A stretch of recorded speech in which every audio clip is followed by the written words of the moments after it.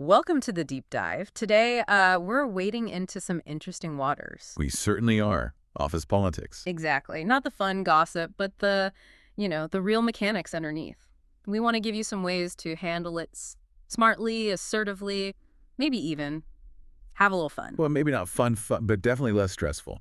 We're drawing from a guide that looks at playing the game strategically without becoming, that person nobody wants to work with. Or a doormat either. Right. It's about finding that balance. Polite assertiveness. So what's the goal for you listening? Well, by the end, you should kind of get how to navigate those power struggles, use some subtle tricks for difficult spots. Yeah, and spot those, let's call them office villains, and figure out how to deal with them. And also, crucially, know when to actually engage, when to maybe step back, and when it's smart to just quietly keep notes. Definitely. Okay, ready to jump in? Let's do it. So first up, that org chart. It doesn't tell the whole story, does it? Not even close. There's always this informal power structure running things behind the scenes. Yeah. You got to figure that out. Yeah, the guide paints a picture of this corporate soap opera with key characters, like the puppet master. Oh, yes. Often it's someone like an admin assistant, right? Mm-hmm. They seem low level, but wow, they control schedules, access, maybe even nudge budgets. Huge influence sometimes. Definitely seen that. And there's a gossip gremlin. Mm-hmm. And maybe someone near HR, maybe not. Yeah. But they know things or seem to know things. And how they share that info, well, that shapes perceptions, doesn't it? It really does. And, the yes man with a knife. Everyone knows this type. Ugh, so agreeable to your face. Great idea. Totally. But then behind the scenes, maybe not so helpful. Maybe even actively undermining. It's that hidden agenda that gets you. And one more from the guide. The retired in place. Yeah, the lifer. Been there forever, kind of coasting. Exactly. Maybe not actively malicious, but their resistance to change or just inertia can really block things up. They're sort of untouchable often. It's funny, the source mentioned a listener poll insight. Oh, yeah. Saying the real power might be, like, the IT person with all the passwords. Or get this, the CEO's favorite dog. Okay, the dog's a bit much, but the IT point. Absolutely. Access is power. It really highlights that power comes from weird places sometimes, right? Info access, relationships, just knowing the system. Totally. You need to see that structure, not just the boxes and lines on the chart if you want to navigate effectively. Okay, so you're starting to map this out in your head. You see the players. But how do you handle their particular styles? Right. This brings us to what the guide calls corporate judo. I like that term. Me too. It's about deflecting, not fighting head on. Exactly. Turning potential battles into, manageable problems using finesse. And the guide has some pretty clever, polite tactics. Like the bore them out tactic. That one caught my eye. Oh, it's brilliant. Especially for micromanagers, they want constant updates. Fine, give them updates in excruciating detail. Like, the source joked about a 12-step plan for your lunch break. Precisely. Flood them. Overwhelm them. Eventually, it's just not worth their time to keep asking. It makes the cost of micromanaging you too high. That's clever. What else? Okay, there's strategic incompetence. Now, tread carefully here. Uh-oh. Sounds risky. It can be, but it's not about actually being incompetent. It's about, say, needing to use a system you really don't want to be responsible for. So you kind of feign difficulty. Sort of. Oh, I'd love to help all, but gosh, I just can't seem to get access to that new reporting tool. It presents a plausible barrier. Makes it easier for them to ask someone else. Okay. Plausibly deniable. I like it. And then a classic. The CC of shame. The strategically placed CC. Yep. Someone keeps forgetting to reply to your important emails. Your follow-up goes to them, and their boss gets a little CC. Ooh. Subtle but effective. Increases visibility, leverages accountability. Exactly. But a word of caution from the guide, don't overdo the politeness with these tactics. Well, if you're too smooth, too polite while doing this stuff, people might get suspicious.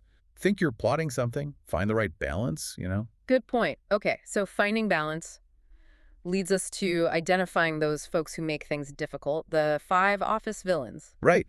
Recognizing the archetypes helps you strategize. Most workplaces have variations of these. So first up, the credit stealer. Ugh, the worst.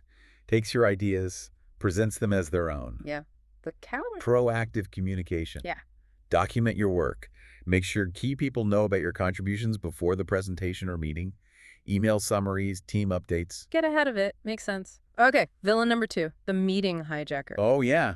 loves the sound of their own voice, takes every meeting off track. We've all been there. How do you handle that without being rude? Polite but firm redirection. Something like, that's an interesting tangent, David, to bring us back to agenda item 3. Acknowledge, then redirect. Nice. Respectful, but keeps things moving. What about the gaslighter? This one's tough. They twist things, make you doubt yourself, your memory. Super manipulative. Very. The key defense, documentation. Follow-up conversations with emails summarizing what was said, just to confirm our discussion. Quote, there's specific statements if you need to. Creates a paper trail, harder to deny written words. Exactly. It provides clarity and accountability.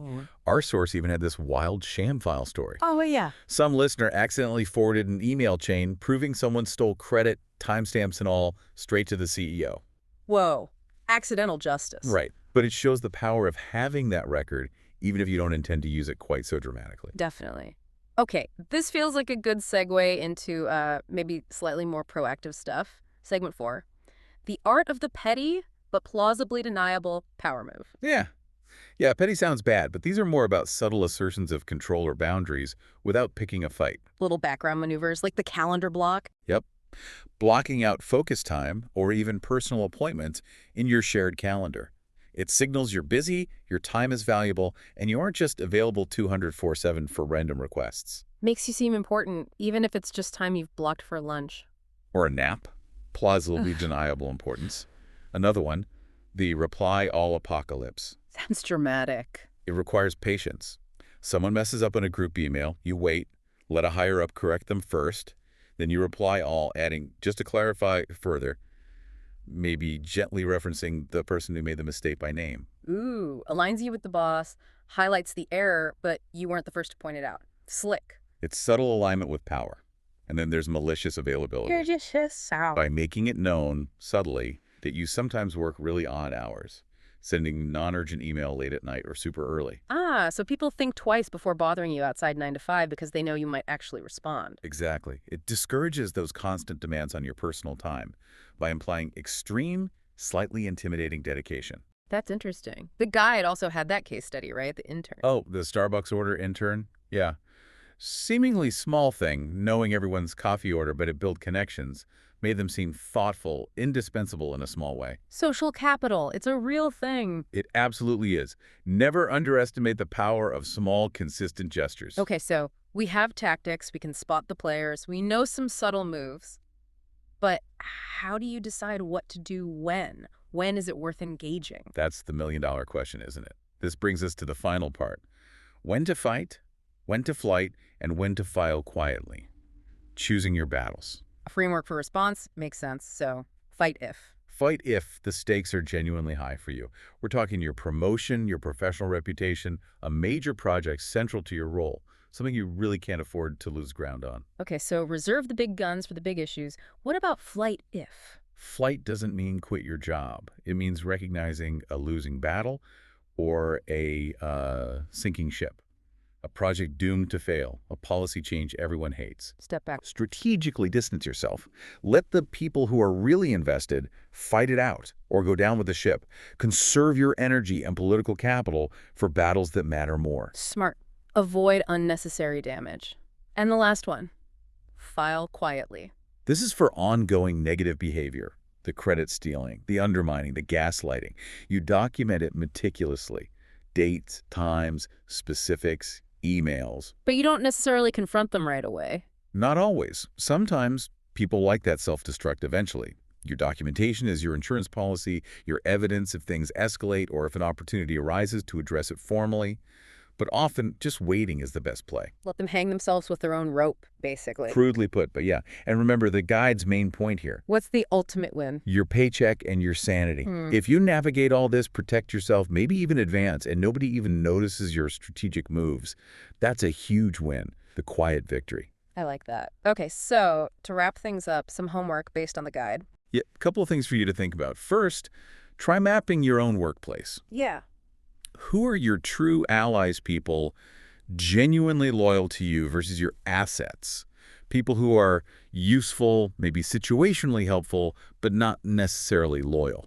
That's a really useful distinction. Allies versus assets. Got it. Second, a bit provocative, draft a rage promotion plan.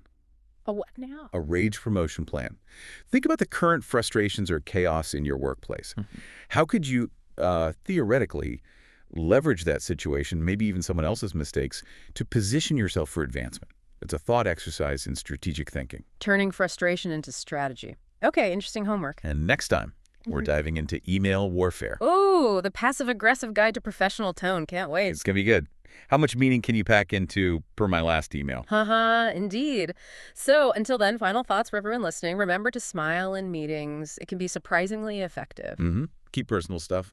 Personal HR isn't your therapist. Remember their primary job. Good reminder. And just be aware that your tone, how you communicate, it's a subtle but really powerful tool in this whole office game. Absolutely. And look, these strategies we talked about, they're not about being toxic. They're about empowering you, giving you defensive moves, helping you channel frustration into something, well, strategic. Playing the game smartly and ethically. Thanks for breaking it all down. My pleasure. It's a vital skill set, really.